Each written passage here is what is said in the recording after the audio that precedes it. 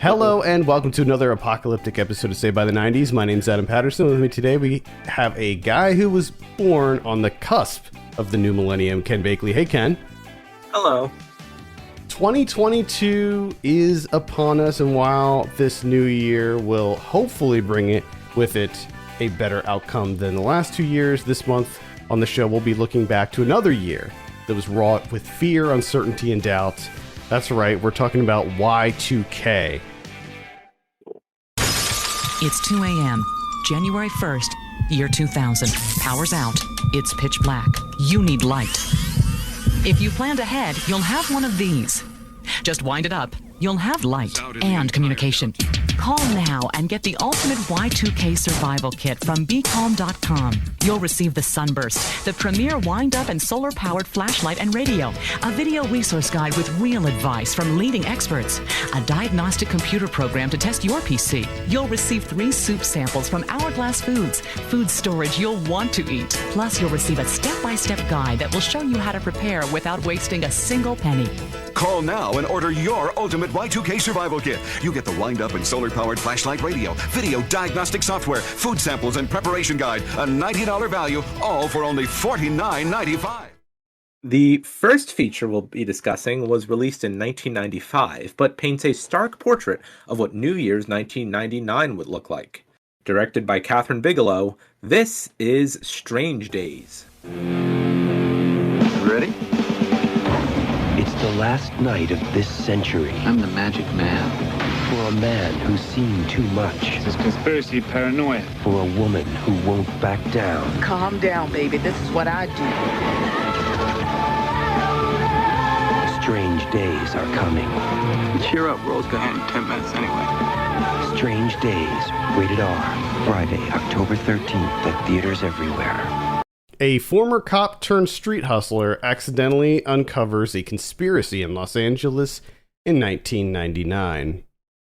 Now, when this movie came out, maybe I was just like too young, but I feel like it just kind of flew under the radar. Like nobody was really talking about this movie. I remember seeing it at the video store, but I like literally knew nothing about it. And it wasn't until like many, many, many years later that I saw it, and I was just like, holy crap, this movie's incredible. Like, this is a great movie. And I don't really know why it wasn't bigger back then. I think maybe I have some suspicions, but I still, to this day, love going back to Strange Days and revisiting this movie. And I don't exactly know if I can articulate why I love this movie, but I'm going to try. Yeah, I feel very similarly, and just kind of, even though obviously my frame of reference for this movie's existence in my mind is much shorter than yours would be, because, you know. Not really, though. Like, because I didn't really know anything about this until, I don't know, like 10 years ago. Yeah, well, yeah. That's the thing that stunned me kind of thinking about this movie, which is that it's one of those movies where you almost can't even call it like a movie with a growing appreciation, in the sense that you would think of like a cult classic in the traditional sense, or a movie that's getting critically reevaluated, because even to this day it's basically impossible to see. Yeah, what the heck? Now this is something that I think everybody, when they talk about this movie at length, has some theories on. I really don't. I think it could be anything. I perhaps have some suspicions, but yeah, like, this is a movie. It is not available to stream or rent. As far as I can tell, it has never been available to stream or rent. Nope, I don't think so. There have been Blu-ray releases of it in other countries, in other regions, but if you just wanted to see it, say, in the United States, your only way to watch it legally is to get a used DVD out of print for cheap, which is what I did. I bought a DVD of it for like $6, maybe 2.5 years ago. And it was just sitting on my shelf until earlier this month when we watched for the podcast, because I felt like I want to see it, but I feel like just kind of the vibe around that movie, looking at it, I think there's probably a lot going on in there, and I'm going to need like not only the time, but the headspace to really work with it. Yeah. And I was correct. There is a lot. Oh yeah. Although I will point out in the DVD, it's a sufficiently old DVD that on the back, like interactive menu is one of the things that's listed as a bonus feature. I love that. And scene selection. Oh well, you gotta boast the scene selection. Mm-hmm. Yeah, this is a very interesting movie, like structurally. Like when you watch Strange Days, it sort of dawned on me. So I've seen this movie I think 3 times now. So I'm not like an expert in Strange Days, but watching it this time around, I realized like the movie doesn't really start until you're an hour into it, which I think is kind of interesting. And I think that that's also why I kind of like this movie, is the kind of meandering narrative that it has, where you don't really even know what this movie's about until you kind of hit that hour mark when the S hits the F, you know, like that when stuff starts going crazy, and the murder, when he sees the tape or whatever you want to, it's a mini disc, that's what it is. But when he sees a lot of mini discs in this movie, when he sees the mini disc of the murder, and that's when things really kick off. But before that, it's basically all just setup. Like it's all just establishing this near future Los Angeles. It's establishing these characters and their relationships, and Ralph Fiennes and his interesting vocation, and the whole, I think that there's just a lot of hand holding in making sure that the audience can wrap their head around this idea of wiring in, or whatever they call it, where you can essentially, it's like VR almost, where you can watch what other people did, like you can sort of see through their eyes and feel what they felt by wearing this headgear. Mm-hmm. Which I think is also kind of fascinating, that this is a movie that came out in 1995, and it took place it took place 4 years in the future. Yeah, I was thinking that. This feels like a movie you would make about a world like 20 years in the future from 1995. It's not, we're not talking like, you know, crazy Total Recall levels or anything like that, Blade Runner, nothing like that. We're not that far into the future, where like things are still relatively modern, but then you have this whole like mind hack stuff that is like, feels very sci-fi in comparison to everything else, and certainly for what was happening in the world.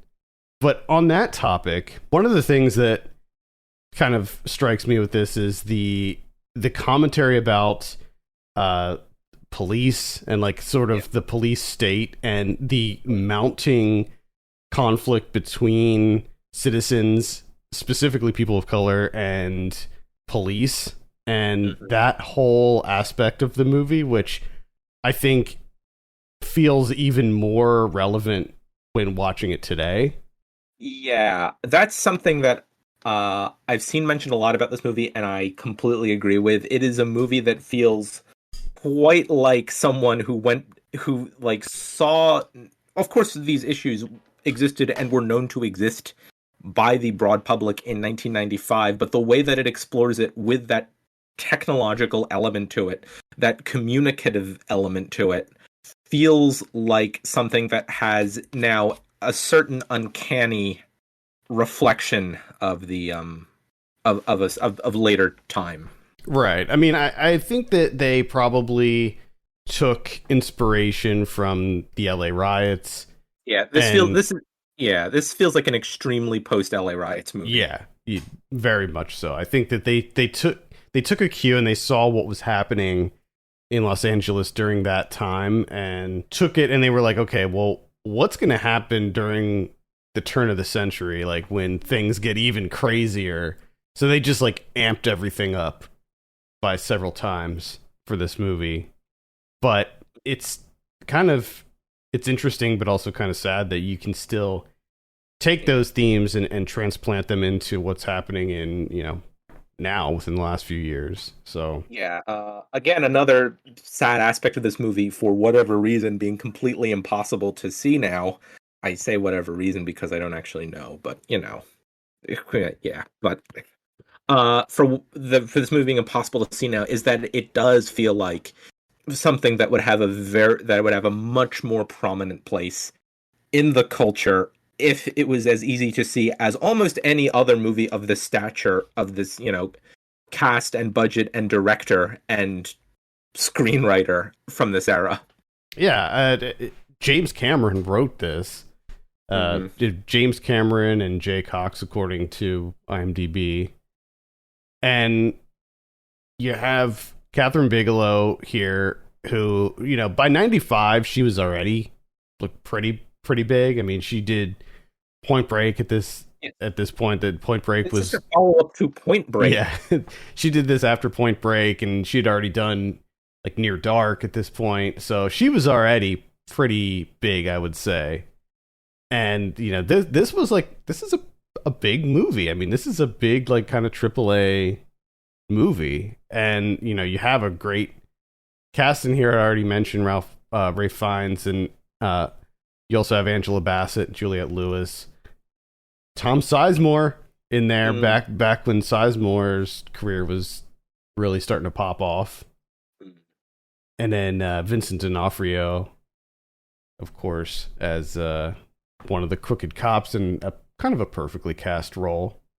Oh yes, this feels quintessentially a D'Onofrio performance. Yeah, him and William Fichtner as the crooked cops, and then of course quintessential Fichtner performance too. You have maybe the quintessential 90s villain here, Michael Wincott, who like, I just feel like he was the perfect villain in everything. When you think of a 90s villain, like, this is the dude you think of. At least for me, for some reason. I think because of The Crow, mostly, but yeah, he's very much a 90s kind of guy. So, great cast. I think maybe part of the maybe the thing that, well, first of all, I think that this movie is absolutely a cult classic. If it's not already considered one, I think it will be one. And I think all this needs is somebody like Arrow or one of these other, like, kind of niche distributors to remaster it, put out a new collector's edition Blu-ray, and I think that this movie's going to get a whole, like, second life.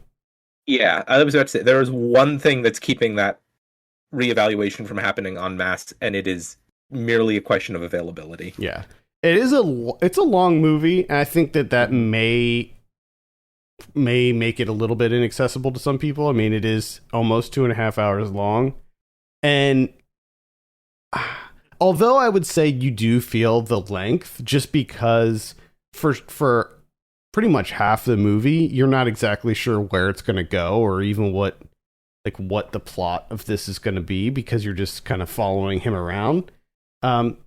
For me, as I said before, like, that's one of the draws. Like, I like that. I like movies that don't necessarily have a forced conflict where, it is what it is. It's just spending time in this world with these people.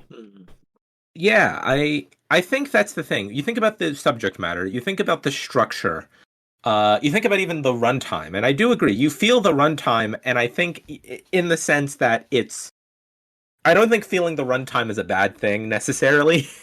Not in this case, at least. This movie was put into wide release by a major studio. I don't know anything about the marketing strategy that Fox used for this, but I cannot imagine it was good. No, I don't think so. It was probably a terrible marketing. Apparently, I'm looking at it now, it got a B cinema score. This feels like it could have been one of those classic F cinema score movies, so maybe the marketing was a little bit different, because that's the thing about movies that get F cinema scores, is that it's usually a sign that the marketing tried to make it look like a movie that was completely different than what it was. Yeah. That's the reason, is that, you're evaluating for day one audiences, And really, it's just a test of how much did the marketing match the movie. So I don't know. I was ready to see that big cinema score F here for it. It did not do very well at the box office. It grossed just under $8 million worldwide. Well, actually, it looks like it maybe wasn't released overseas, because I'm only seeing, looks like the worldwide and US gross is the same, so maybe it didn't get an international release. But $42 million budget. Yeah, off of a $42 million budget, that is not a good return. So that's not good. No. So I guess you can kind of see maybe why they are hesitant to put this out there. But seriously, how much does it cost to just dump a movie on Blu-ray these days? You know? Yeah. Mm-hmm. I don't know. It's weird. It's weird because it is, I think, a legitimately good movie, and the fact that it's just impossible to see is very frustrating. Mm-hmm. Yeah, this movie, like it says at the top of the Wikipedia article that it nearly derailed Bigelow's career, and I just think that's just telling commentary. This movie nearly destroys Bigelow's career, but 2 years later, Cameron got to make Titanic. Yeah, exactly. Well, we know why that is. Yeah. I don't think we even need to clarify. No. It didn't, though. I mean, she did. She had a healthy career after that. I mean, she won an Oscar. Yeah, no. I could see why the discourse after being put out would be, well, that's not what the thing that the headlines you want to get for your $42 million movie. Yeah, of course. Yeah. Yeah. It was a different time. I would hope that doesn't necessarily happen these days, but who knows? Anything else you want to add about Strange Days?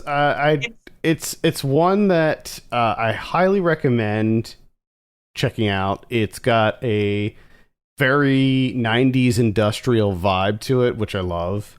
And that includes the soundtrack. So something we're always supportive of on this podcast. Oh yeah. Love it. There was I don't know what the early 2000s, early mid 2000s equivalent of 90s industrial aesthetic was, but whenever I was a little kid and that would just kind of exist like in passing on TV or wherever, it would scare me indescribibly.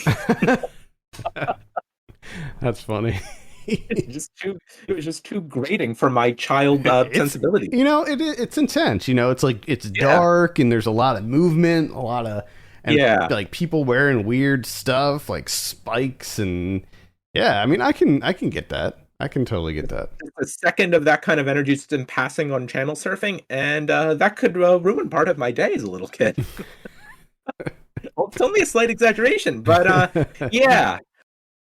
I do recommend this movie. I find it hard to talk about because I'm not really sure the frame of mind, the frame of reference that I can use to talk about it and talk about why I find it so fascinating. But it really is. It's this imperfect but really just precise and visceral movie that has not merely a lot to say, as the saying goes, but just has this incredibly just rich vision for this really upsetting world that it's set in that does not feel irrelevant. Correct, yeah. And it has it's a longer movie, but it has a lot of energy, and it keeps the energy up. Like, it moves along at a pretty quick clip throughout the whole thing, while I do think that maybe it could have been trimmed down a bit, like the full-on musical performance by Juliette Lewis. Like, maybe you could trim that down a bit, Like, I think that there were parts that they could have maybe cut down, but I don't think that it's that necessary, because I think that it all aids in the world building here, and I liked all of that. So yeah, definitely check it out. And it's a good mystery too. When the mystery starts to happen. So just to set the stage, like, you have this headgear stuff that allows you to play these mini discs and experience what other people saw and felt and everything, and it feels like you're there. It's like more than just VR. It's like a memory. being blasted into your head, and this killer goes around and it murders people, but what he does is he puts the headgear on them and he links it to him, so that basically they watch themselves getting murdered, which is It's horrendous. pretty insane, actually. Mm-hmm. And Yes.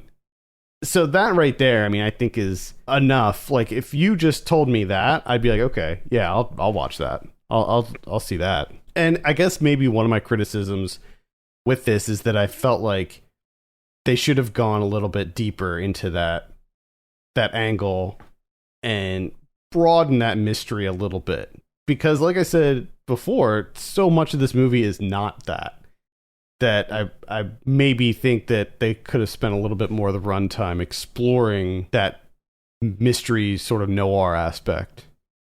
But yeah, that's a nitpick more than anything. Cool. Yeah, so that's Strange Days. Check it out if you can manage. If you can manage to find it. Yes. You know what? I mean, like, do what you got to do. Like, I don't condone piracy, but if there's no way to see a movie, then That's the thing. it's on I them. don't condone piracy if a movie's obviously very extremely available through legal means. But if it's a movie like this where your best hope is that you basically just have to, I don't know, hope that there's a used DVD that shows up at a right price, I don't know. I don't know what to tell you then. Yeah. Moving on from a pessimistic prediction of Y2K to a downright apocalyptic one, we have an action horror movie starring Arnold Schwarzenegger as a man named Jericho Kane.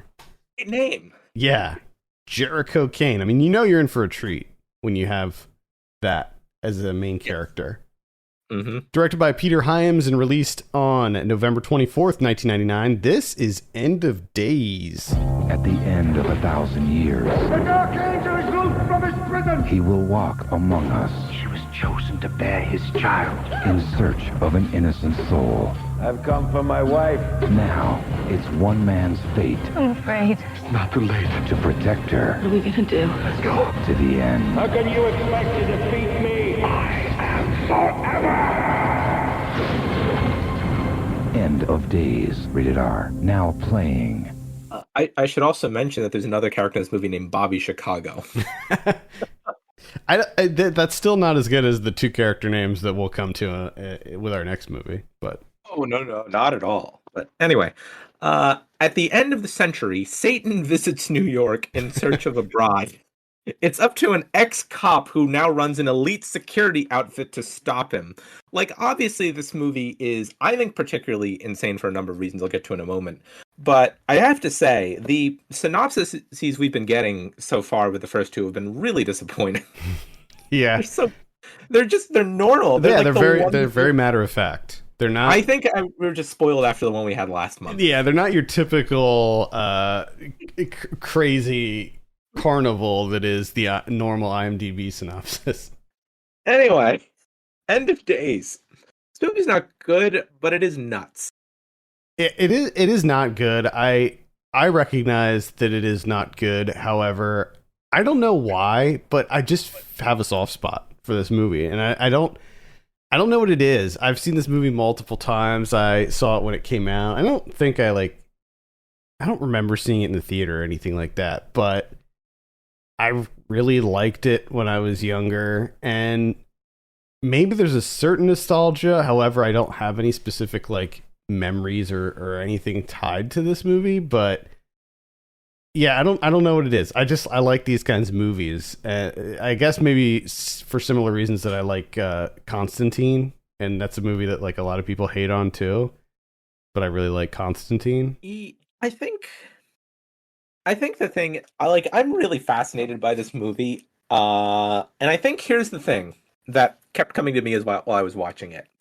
This feels like a movie from almost the absolute last moment in the small window of time where you could put out a non-IP. I hate that term IP, but it's shorthand. What it is, yeah. Yeah, not based on like any like cultural properties or whatever, that is an R-rated fantasy horror movie that would necessarily have to be marketed towards adult audiences, and it also cost $100 million. There's a very narrow window when a movie like that could get made and released, and how thankful we should be that we got one like this. Yeah, it's kind of wild. This movie marketed towards. It's kind of wild to look at this movie like, oh yeah, this is a $100 million movie. It's so crazy. I don't know what studio put this thing out. Universal put it out in the United States. Yeah. The Universal marketing meeting. What are the demographics? Who were they looking for? I mean, I guess that. I mean, at least part of it had to be cashing in on the Y2K stuff. Like, I feel strongly that at least part of it had to do with the millennium craze that was happening. I mean, I feel like that has a lot to do with the decisions where they were just like, oh well, you know, it's a Schwarzenegger movie. This was his first movie since Batman and Robin, and I think that maybe they thought that this was going to be an easy win for them. Not sure it was, but you know, it wasn't really. I mean, it did okay financially, not so much domestically, but yeah. Yeah, but they were hoping that it was going to blow the doors off and make I don't know $500 million. It did not. No. I'm sure they thought that, but when you see this, you're like, oh, it's surprising to think that this made that much at all. But I think I think there's a lot of fun to be had. I mean, when you look at the poster for this, the one that's on IMDb, like that poster just says it all, man. Like this is just like pure like goofy 90s horror, and not really horror, like action horror, I guess. Yeah, because there's not really anything that's particularly scary here, but I do like the idea of Arnold versus Satan, you know, kicking Satan's butt. And it's not really horror. It's a very intense supernatural drama. Yeah, again, the first movie that comes to mind to compare it to is Constantine, but I mean, I think that Constantine's better than what you have here, far better. But there's still some interesting elements here. I liked Gabriel Byrne as Satan.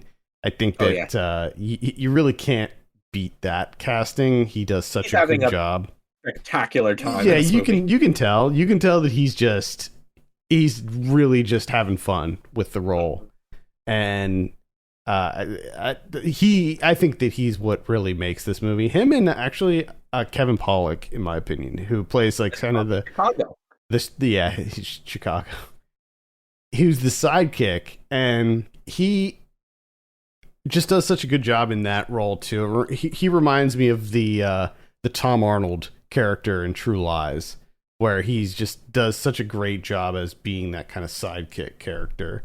If I were to have one criticism with this movie, it'd be that we need more Kevin Pollak in it. But yeah, and then you have a really, a pretty solid cast of smaller roles like CCH Pounders in here, and she does a great job as the one of the detectives, and turns out that she's bad, but what you have here is basically, it's kind of like I don't know, almost like a Rosemary's Baby type situation, but you put in Arnold Schwarzenegger in it, so it's like Terminator crossed with Rosemary's Baby. Because you have these like bombastic action sequences, but then you also have these scenes where like Gabriel Byrne is manipulating people and blowing up houses and like killing people and doing all kinds of awful things in order to get Robin Tunney's character, Christine. Is it Tunney or Tooney? I don't know. But so the whole premise here is that she's like she's gonna be the bride of Satan, I guess. And so he's like trying to hunt her down, and so you have Arnold who's protecting her, and the thing is, like, he's kind of caught in the middle. So like all of these Catholic priests are also trying to get her, and they're trying to kill her. And then Gabriel Byrne and all his followers are trying to get her so that they can turn her into his bride. It's pretty goofy. It's really goofy, actually. Oh yeah, like this movie's not good, but I'm just gonna say, I'm not gonna say this movie's good. I'm just gonna tell you to go watch it right now. Yeah, I mean, I think it's a lot of fun. Yes. Several years ago, we had Ryan watch this for Ryan Watches a Movie, and I don't really remember what he said. I don't think he liked it very much, but I remember having fun with that conversation too. And I think I rewatched it for that podcast as well. So this is like probably my third or fourth time seeing this movie. It's hard not to at least have fun discussing this movie. Yeah, I mean, it is what it, like. Yeah. Looking at the Peter Hyams filmography, it's definitely not my top one of his, but I guess that's not saying much with Peter Hyams, is it? For the record, this is our fourth Peter Hyams movie on this podcast. This might be one of the directors whose movies we've talked about the most. Yeah, I don't know. I mean, looking at his output in the 90s, I think that it's just that he had a really good run and a lot of I don't know, just a lot of notable releases. Although Narrow Margin, I never even saw that before we covered it on this show, so that I wasn't even familiar with. Barely remember it. Yeah, I remember almost nothing about it. Of course, Time Cop, I remember everything about because it's Time Cop, and then we did The Relic too, right? Yeah, where the main point of discussion, I believe, was us talking about how we couldn't see anything that was happening in the movie because cinematographer Peter Hyams does not like lights. I mean, you just see the trailer for The Relic, and it's, by the way, the poster on IMDb for The Relic is really cool. I never even saw that one before, but yeah, like the Relic, you couldn't see anything in that movie. I mean, that was ridiculous. Now, End of Days, I know that we were talking about this off air. Like, that's a common complaint with End of Days as well, is just how dark it is. And while I agree that it's too dark and that causes the movie to be pretty ugly. I mean, this is an ugly movie. The cinematography in this movie is just not good. And, oh, no. And but I mean, you can at least see what's going on. Whereas The Relic, you don't even know what's happening. It is not The Relic. Although I will observe that according to the always factually accurate IMDb trivia section, Arnold Schwarzenegger himself voiced concerns about the difficulty of seeing what's happening in this movie.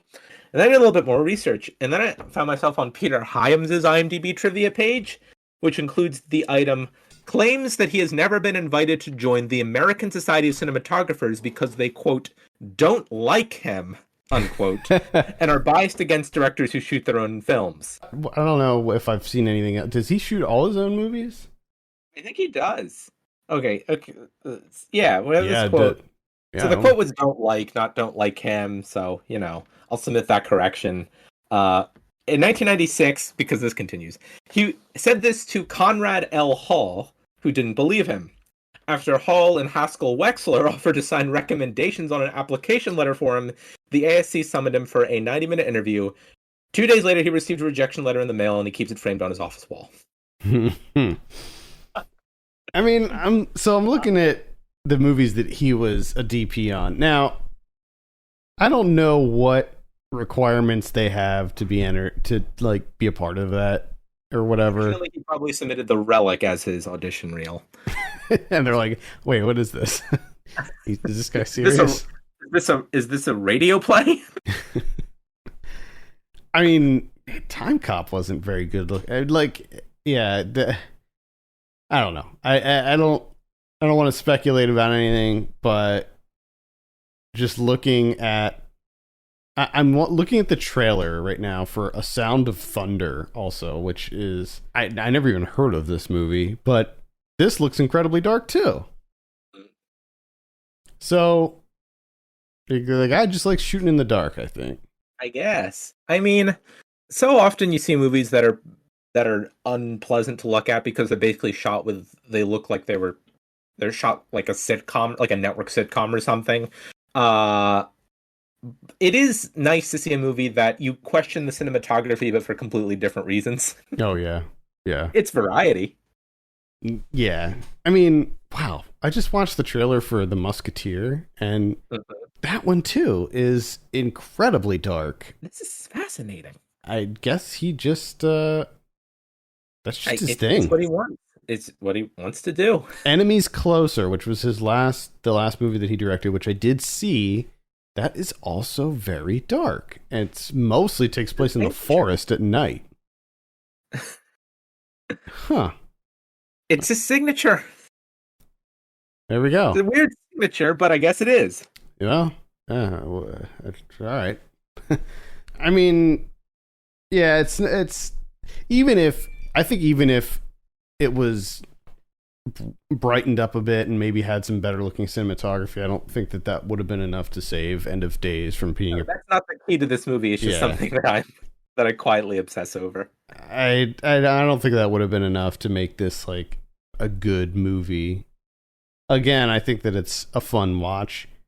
It's a little bit different than your standard Arnold roles. Not specifically for him and his role, but just adding in some horror elements to it is a little bit of a departure, I guess. But it is the first time in his career he's played a character named Jericho Kane, I'm assuming. well, there we go. Yeah, there we go. Jericho Kane. Awesome. Anything else to add about End of Days? Simultaneously, yes and no. I think that I've got some observations I want to make, but then I realized it would just be me listing things that happen in the movie. Yeah, I think that there's some interesting things that they look at as far as the Y2K thing in here. I think it's this one. I can't remember if it's this one or Strange Days where they mention the like actual Y2K bug. I think it's this one. Yeah, I think it might be this one where they actually doesn't really mention factor into Strange Days. It doesn't really. With this one, it is definitely more of a theme. Like the fact that it's the end of times or whatever. I don't know what the plot is kind of ridiculous. Where it's like when the Mayan, was it the Mayan calendar? Is that what they were going by in this movie? Because I thought that wasn't the Mayan calendar like 2000. Yeah, that was a 2012 thing. 2012 is when the Mayan calendar ended, and people were like thinking that was going to be the end of the world for some reason. I don't know. I can't imagine that was. I do remember that. I can't imagine that was based on a very sound understanding of the Mayan calendar. Well, either way, it's kind of. We did get a Roland Emmerich movie out of that one. Oh, we did, yeah. Which I never saw actually, but no, I didn't see either. But it's I remember that had a huge marketing presence when it came out. Oh yeah. Even I remember when that movie came out, and I was just a little kid. Well, still. Yeah, it's I don't know. It's the plot is pretty ridiculous. And when you look at this movie as a whole, it's just a very simple. Everything is just an excuse to show just some more action, and there is some CG in this, and it's pretty bad. It's all pretty bad. It's supposed to be that every 1,000. I think they're arguing that every 1,000 years Satan comes back to Earth. Oh yeah, that's it. So I guess they just secured peace for another 1,000 years at the end of this movie. Yeah, which Arnold doesn't saved make the world. any sense because I guess peace in the existential sense, in that there was no Satan, but I mean things were bad before and would continue to be after. But I guess it did temper down that Satan wasn't trying to bring about the end times himself personally during that period. As the decade grew closer to its end of the new millennium approach, concerns arose about what technological catastrophes would occur when the date rolled over from 99 to 00. The Y2K bug was the main topic of conversation, and a slew of Y2K preparedness videos began popping up in order to calm growing concern while perhaps profiting off the event in the process. While both of us have seen a ton of these videos over the years, the one that we chose to take a look at for this episode is perhaps the most 90s one of them all. It's hosted by Bill Nye the Science Guy and was distributed for free at Blockbuster Video. So public service. Yeah, so they had a whole bunch of these apparently. Now I didn't even know about this before researching this topic a little bit, and they gave it, I guess it was like a free rental, so you could just go into Blockbuster, and they probably had them on like an end cap or something, and you just pick up your copy of the Y2K. What was it? The is your computer ready for the year 2000? Yes. With hosted by Bill Nye. Now the thing about this one compared to a lot of the other ones is that I feel like this one is the most grounded. Yes. And realistic of all of them. Like a lot of them, so that like there were ones that I saw in the past where a lot of them are just kind of like standard, and let's be real, like they're pretty much all just dumb cash grabs. But a lot of them were like, you could kind of take away the Y2K thing and just put in any disaster, any natural disaster. Yeah. Like so a lot of them were just like general survival tips, like, oh, you want to stockpile food and water and just like stuff like that. Pull cash out of the bank. It's like when they tell you that if you hide in your basement, you'll be protected from a nuclear bomb. Yeah. Or just get inside your fridge or something. Yes. Like, but it was like half an hour long, and it presented stuff in a rational, educational, but also entertaining way. Just like Bill Nye the Science Guy, the show, just like what he does. And actually, when you watch this, it's pretty much the same as an episode of the show. Like it's the where you have like the narrator who's like commenting on the stuff that he's saying, and the kind of kooky, kid friendly, way, like the edutainment style of Bill Nye the Science Guy. It's presented that way. So it feels like it's like one of those. But this specifically is to get your PC ready for the year 2000. And it's interesting because they actually go through like tutorials, like how to open up your date and time settings so I thought that was kind of interesting too. I miss when they had to go around and tell people how to open up their date and time settings. No. My mother-in-law would probably still need a tape like that to help her. I just mean like instructional, very just calm, direct instructional videos on basic computer use. Yeah. Because, I mean, this was during the computer boom. I mean, you had like, I don't know what the statistics were as far as like number of homes that had a computer, but by this point, it was a lot, like probably the majority. So like this was during the .com boom. Everything was online, and the Y2K threat was very real, and it was just the topic of discussion, and that's what everybody talked about all the time was Y2K. And then you had extremes on both sides. You had people who were like, that's a hoax, nothing to worry about there. And then you had people who were like the doomsday preppers that were like setting up bunkers because they thought that all the planes were going to fall out of the sky and everything like that. And the reality was that it was actually kind of somewhere in the middle of that.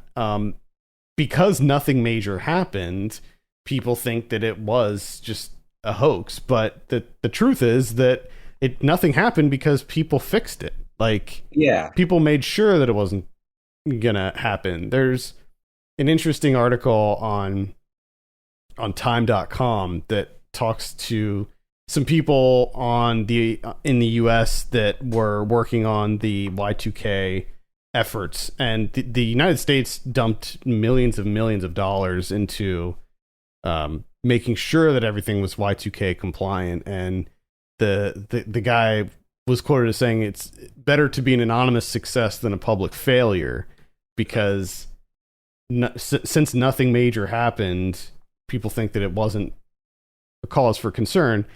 Where I'm at, I'm kind of in the middle of it as well. While I think that You're Y2K centrist. it was like one of those deals where the media was just going nuts with this thing. I mean, it was so blown out of proportion, but at the same time, like, I don't feel like most individuals didn't really think anything of it.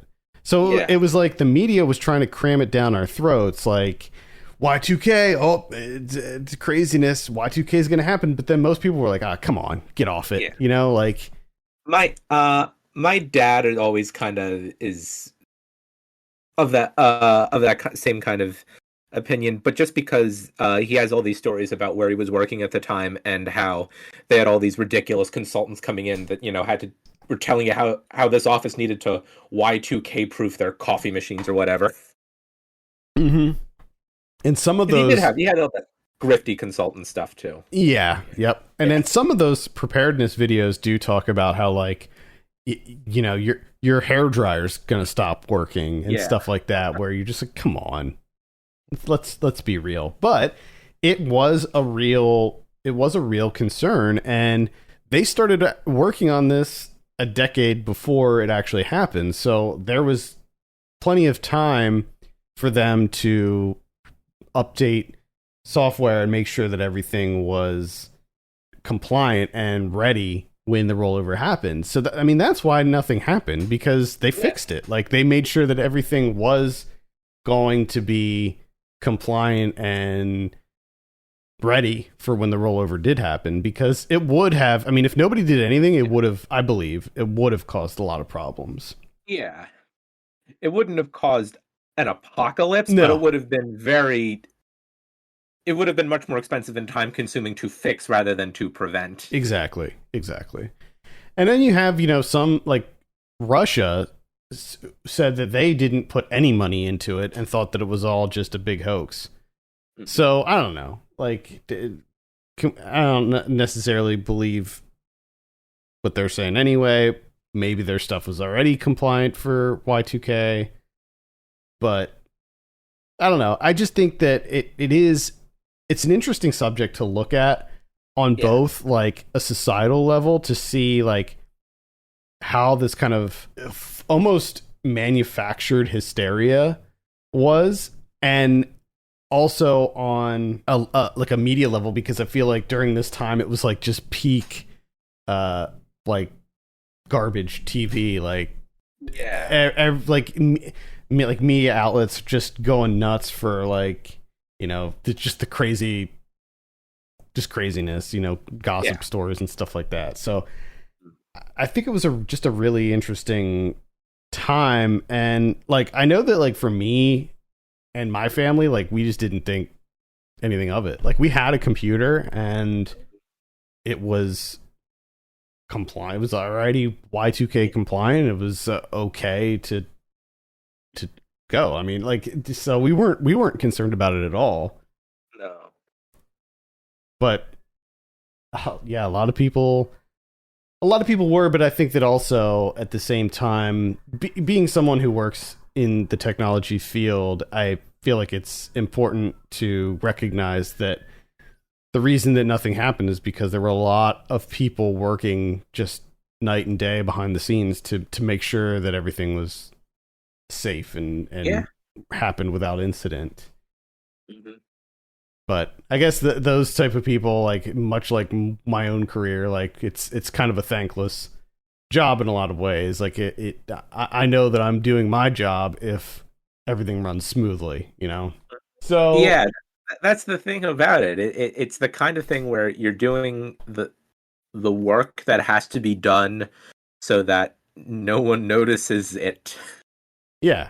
And so I think that like a lot of those Y2K preparedness videos just were fanning the flames. But you have some like this Bill Nye one that I think is like was kind of important. Like he wasn't trying to perpetuate any kind of like fear mongering. Like this video is definitely not about that at all. In fact, I think in the video he even says like, "Oh, it's probably going to be fine. They're working on making sure that it's updated, but here's what you can do to make sure that your stuff's good to go." And then they talk about like why and like what could actually happen. Not like some of these other ones where they're just like, "Oh, you got to hoard all your water and like build a bunker and get canned foods and stuff." Like it's just that's craziness. The thing about a lot of the of technology adjacent industries at this time, especially like in this sort of like at the end of 1999, around 2000, they should have been imminently worried about something, but it wasn't this. It was that the .com bubble was about to burst. Yeah, they were all in trouble, but it wasn't from Y2K. Pets.com should have been worried around the turn of the millennium, but not because of the not because of the bug. Yep.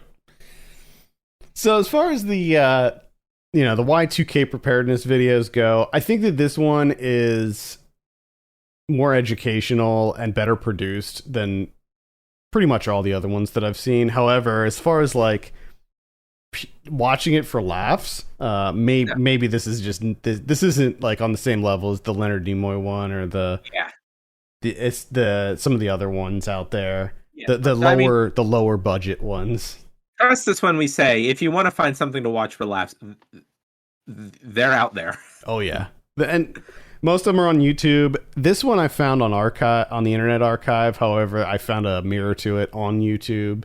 So yeah, if you one of the things that you can do is just search for Y2K on the Internet Archive, and there's like a ton of stuff that comes up. So check it out. You'll find a lot of fun things on there, Y2K related.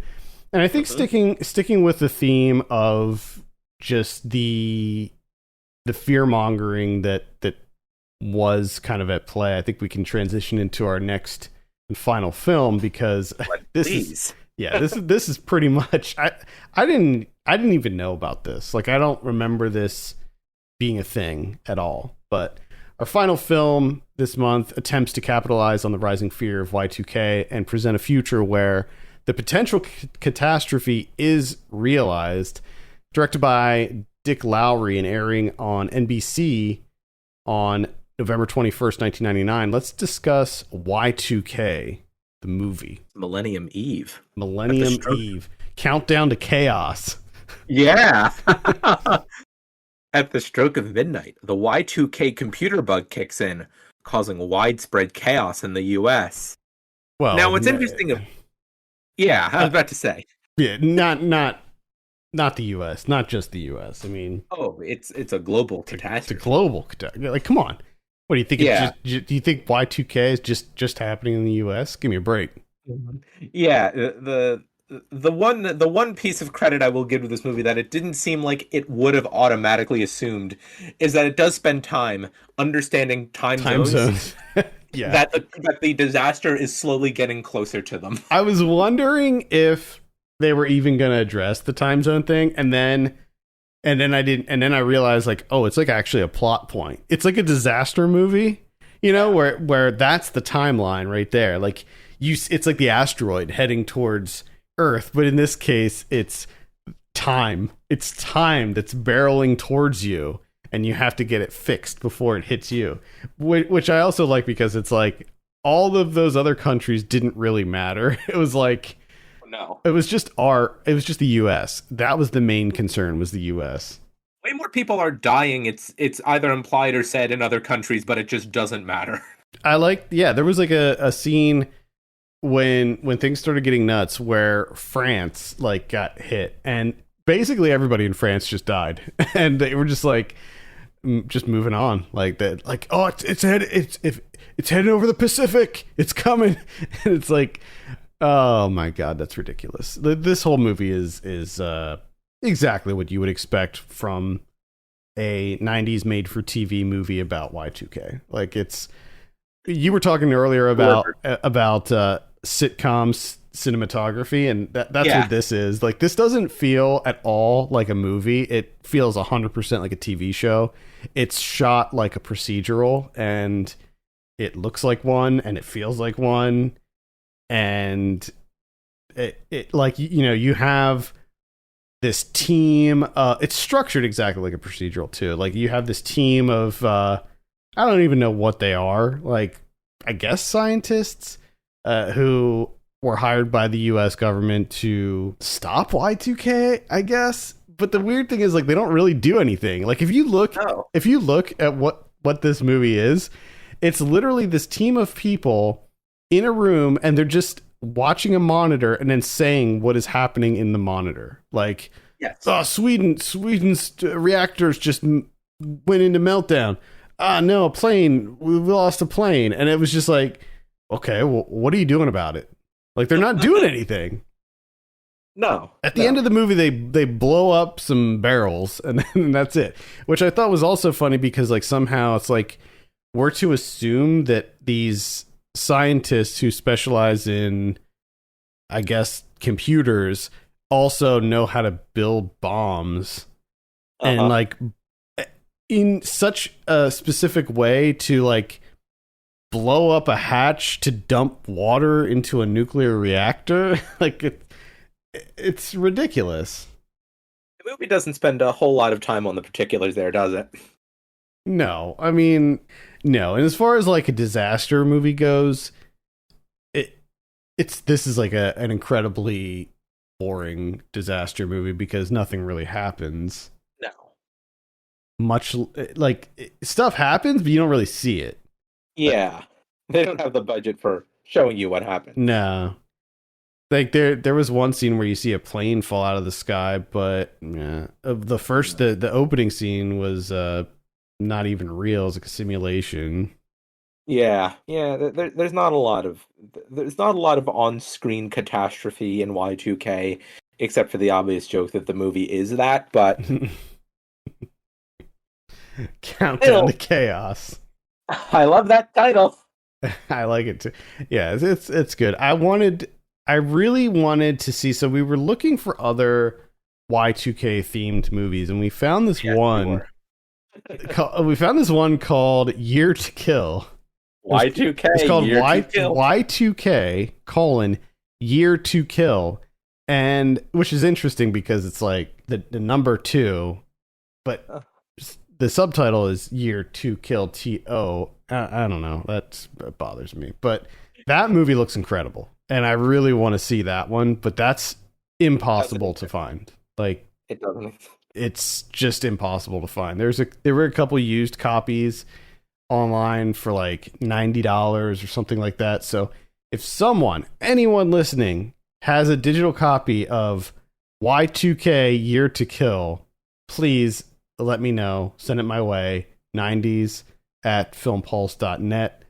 I would love to see Year to Kill.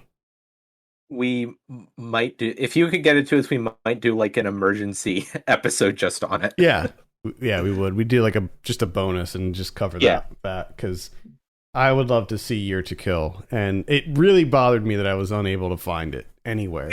Yeah. I want to share also the IMDb plot summary, which is: when the world's computers crash, a group of thugs go on a crime and murder spree. I mean, it just sounds so. It's really what I wanted Y2K to be, the one that we watched. Yes. This just seems like it's gonna, and like the couple of stills that you have there. I'm looking at them now. Like, what's going on here? It's like a guy in a bathroom stall. It looks like he's drinking rubbing alcohol or something, and he's got like the white undershirt with the fedora and the trench coat. It's apparently his one costume in the movie. Yeah, like I just have to see this. And the cover, So I tried to do some digging. Like the cover, the VHS cover is, there's a scan on IMDb, and it says that it's Spectrum Films, located out of Mesa, Arizona. So I went to the website, but the website doesn't exist anymore. So it's just impossible. Yeah, I do I'm looking at this now. A couple things fascinate me here. One, it feels very somehow on brand for what we know about this movie. That's a movie called Y2K, and it was only ever released on VHS, apparently. Yeah. I think another great thing is this 1999 VHS scan that we're looking at for Spectrum Films' logo, which clearly that had not been updated since the 1980s. It does look very old. Yes, it's a very 80s looking logo. Just so many great things. I mean, if we can't see the movie, looking at the two sides of this VHS cover still provide extraordinary entertainment. The random fonts on the back, I was about to say, it's like different sizes, different kerning, like everything is just completely random on the back. Yes, I was about to say every line is in a different font, and sometimes it's word to word. The emphasis never makes sense. Nope, and different.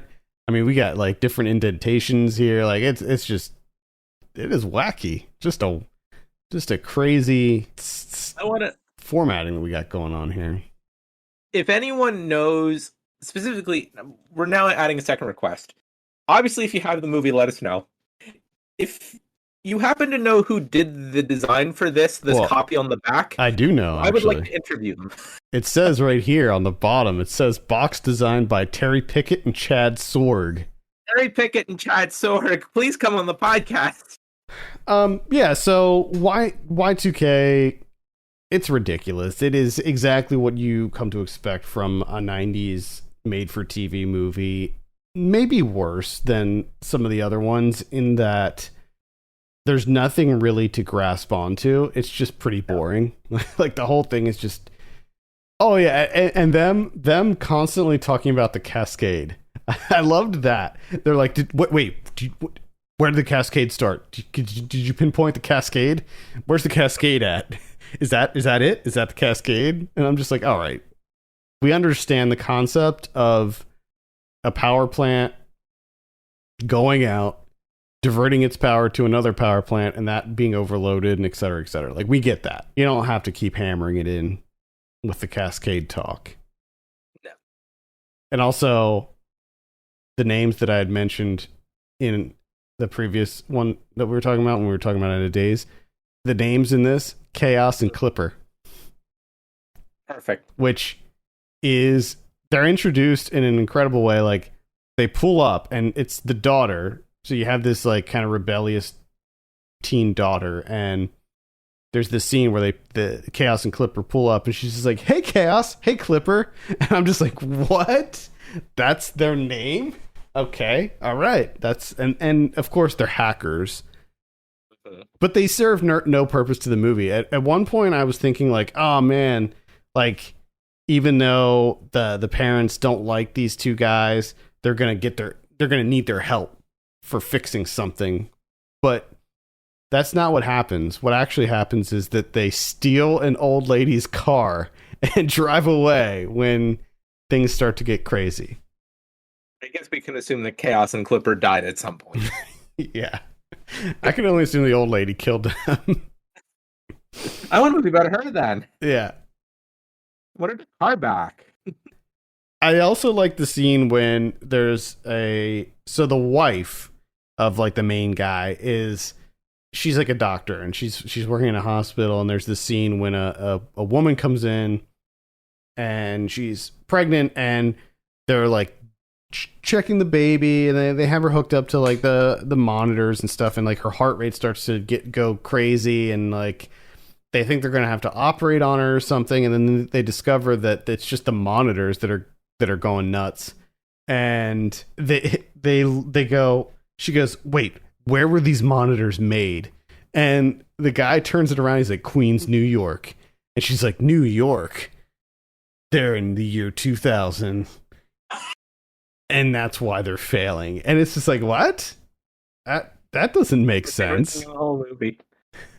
Although, all it did was make me think about like kind of the local news staple on New Year's of talking about, what time, how long into the year the first baby in the area was born or whatever in the new year.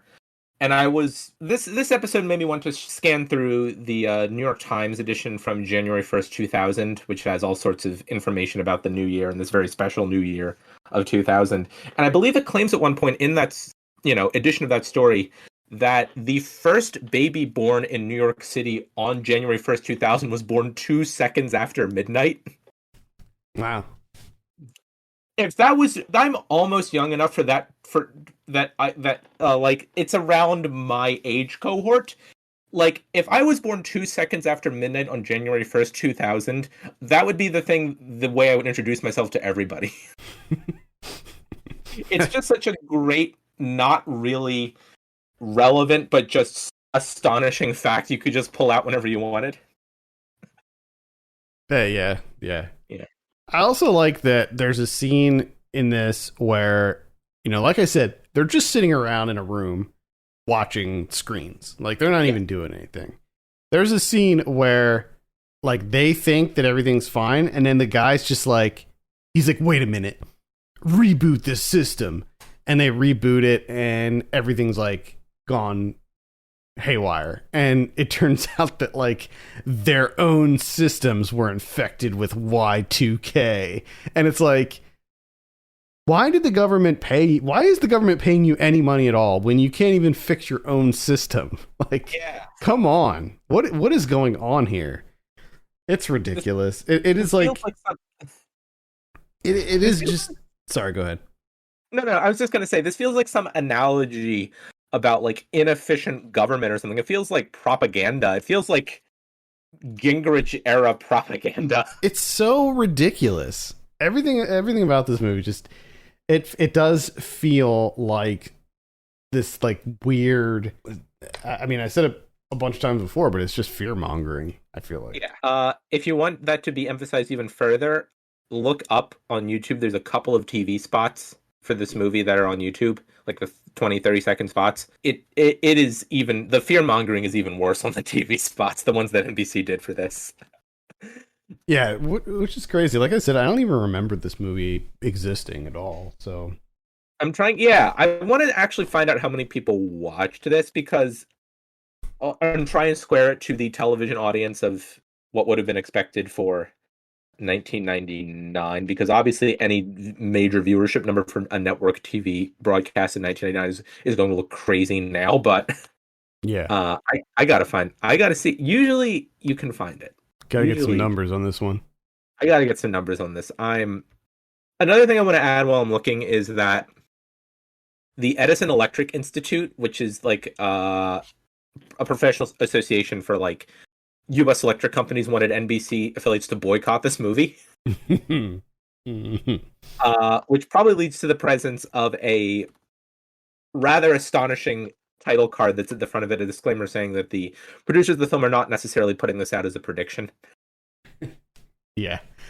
That reminds me, this movie is on YouTube, so you can just watch it on YouTube. It's a decent quality... I guess some kind of VHS rip or something, but the funny thing is, like, halfway through it just goes to a menu where the guy who made this is clearly changing discs, because this was at some point a video CD was created for this. So most of you listening probably don't even remember video CDs, but they were before DVDs, and you could actually put movies on CDs, but because CDs were so small, you often had to split them into multiples. So you would have, like, half the movie on one CD and the other half of the movie on the other CD. And sometimes they would make double-sided video CDs too, so you'd flip it. But it wasn't anything that really caught on, because by the time those became a thing, DVD was, like, already kind of around, or starting to come around, so they kind of skipped us for the most part. But Yeah. over in other countries, VCDs were huge. I remember when I used to visit New York and go to Chinatown, one of the reasons that I would always go to Chinatown every single time I'd go to New York was because there were tons and tons of VCD stores in Chinatown, and you could find all of these like super rare movies on VCD. And it was just, at the time, it wasn't as easy to just stream everything and find everything so easily. Like, you had to kind of just go out and find what you were looking for. And yeah, there were tons of these VCD stores in New York. And I don't own any of them anymore, but for a while I had a decent number of VCDs. Yeah, I guess it is just it's not quite the failed media format, because there are places where the timing was right, the conditions were right for it to be prominent. I wouldn't call it a failed format either, mainly because it was so popular in other countries, but also because it was just converting an existing format. Like, CDs were obviously around for a long time, being used for music and data by that point, and they were just adapting it to another medium. So yeah, I don't think it was a failed format per se, but comparing it to DVD, I mean, it was like night and day. Is it possible that might be? I'm going to say that's all. Certainly, how it was released in other countries is direct to video, or maybe very low scale television broadcasts. I feel like this is a movie, and I do have the ratings information here, and it might back me up, that was just so unremarkable upon release. I wouldn't be surprised if it simply never received a U.S. home video release. Oh, I don't think. I bet it didn't. Yeah, I wouldn't be surprised if it didn't. This one where the person who uploaded it just doesn't even edit out the part where they're changing discs in the middle might just be the only way to see it. Yeah, he's watching it on like it's either a PlayStation 3 or 4.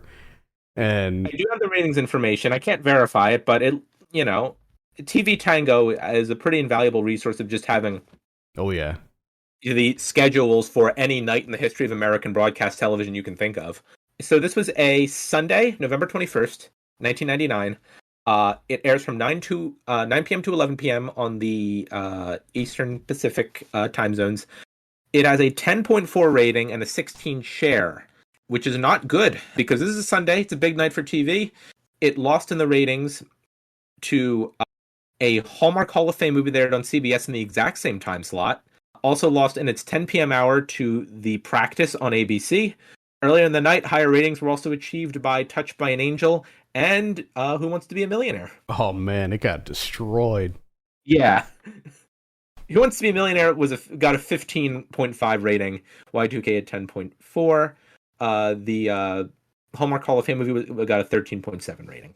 I mean, that's just kind of interesting, and it kind of goes to show you that, like, it wasn't. I mean, I think that this was like a bit overhyped. Like I don't know. Very nearly lost in the ratings to the X-Files on Fox at 9. It beat the X-Files? Barely. 9.6 versus 10.4. No, this is later X-Files, so... Yeah. Yeah. So, you can tell in the advertising that they are really trying to appeal and frighten anyone who might be remotely nervous about some kind of wide-scale social unrest on January 1st, 2000.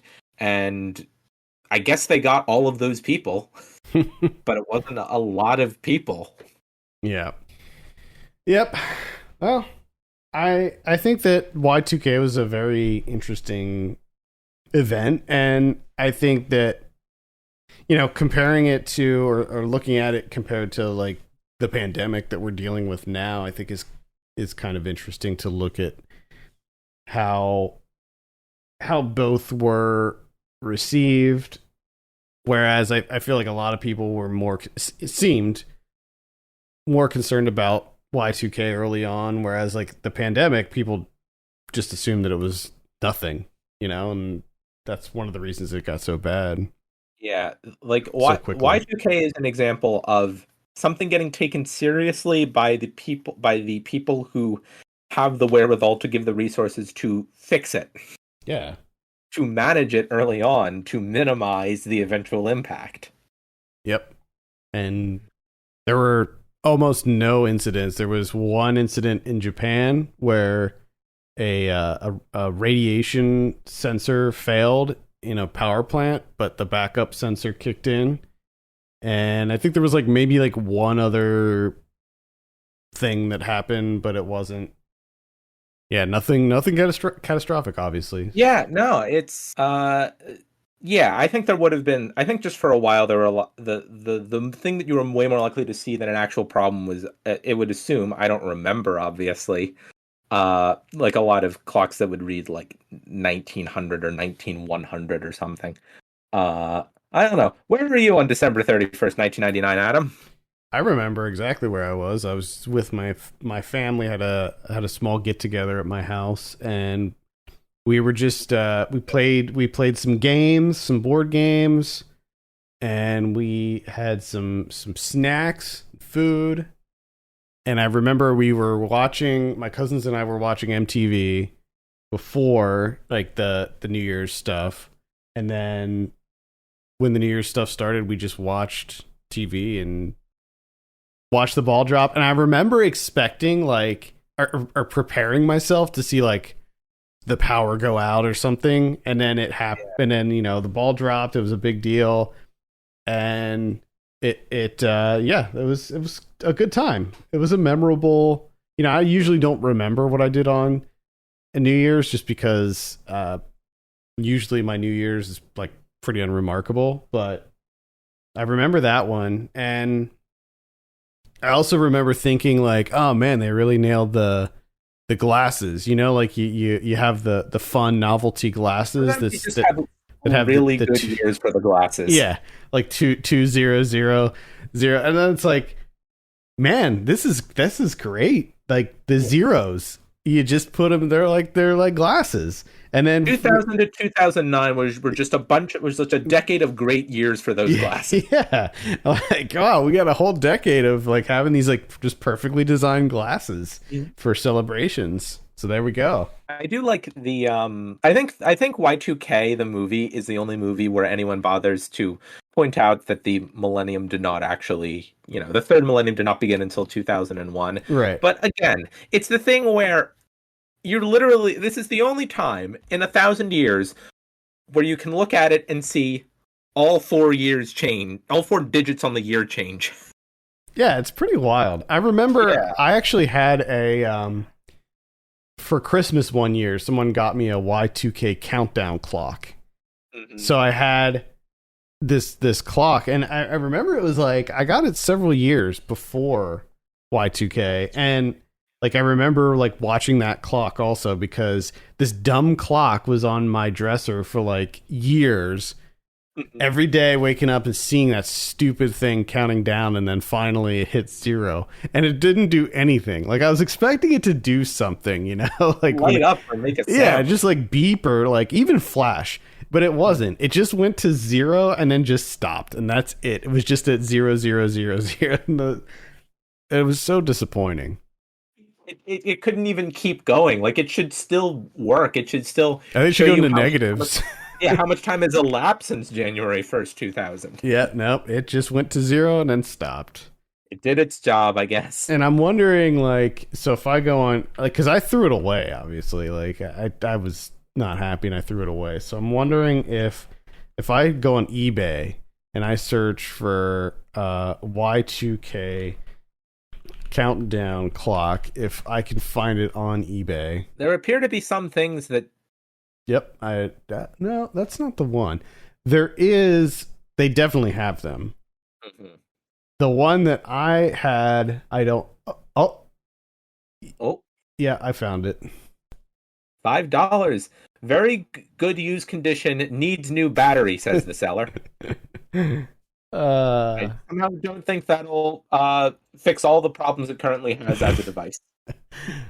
No, I'm not sure why you'd necessarily want that, but hey, if you want to go on eBay, they do have the Millennium Countdown clocks on there.